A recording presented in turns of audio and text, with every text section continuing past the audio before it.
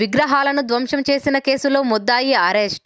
శ్రీ సత్యసాయి జిల్లా కదిరి నియోజకవర్గం కదిరి పట్టణం నందు కుమ్మరోళ్లపల్లి గ్రామము పురాతన శ్రీరాములు గుడి వద్ద సిమెంటుతో తయారు చేయబడిన హనుమంతుడు మరియు గరుత్మంతుడు స్వామివారి విగ్రహాలను ధ్వంసం చేసిన కుంచపు వెంకటేష్ను అరెస్టు చేయడం జరిగింది.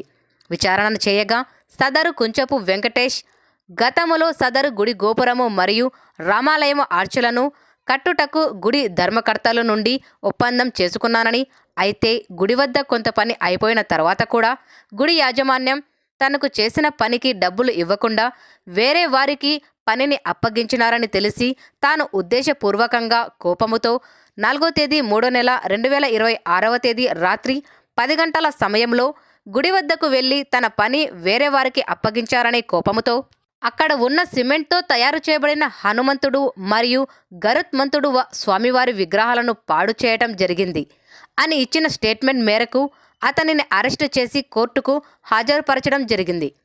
ఇది కేవలము తాను గతములో గుడి పని చేసినందుకు డబ్బులు ఇవ్వలేదు అని, తనను కాదు అని వేరే వారికి పని అప్పగించారని కోపంతో విగ్రహాలు పాడు చేయటం ఆవేశంతో చేసిన చర్య తప్ప ఇందులో వేరే ఉద్దేశాలు ఏమీ లేవని, అయినను పూర్తి స్థాయిలో విచారణ చేసి తగు చర్య తీసుకోవడం జరుగుతుంది. Inspector of police Kadiri town PS.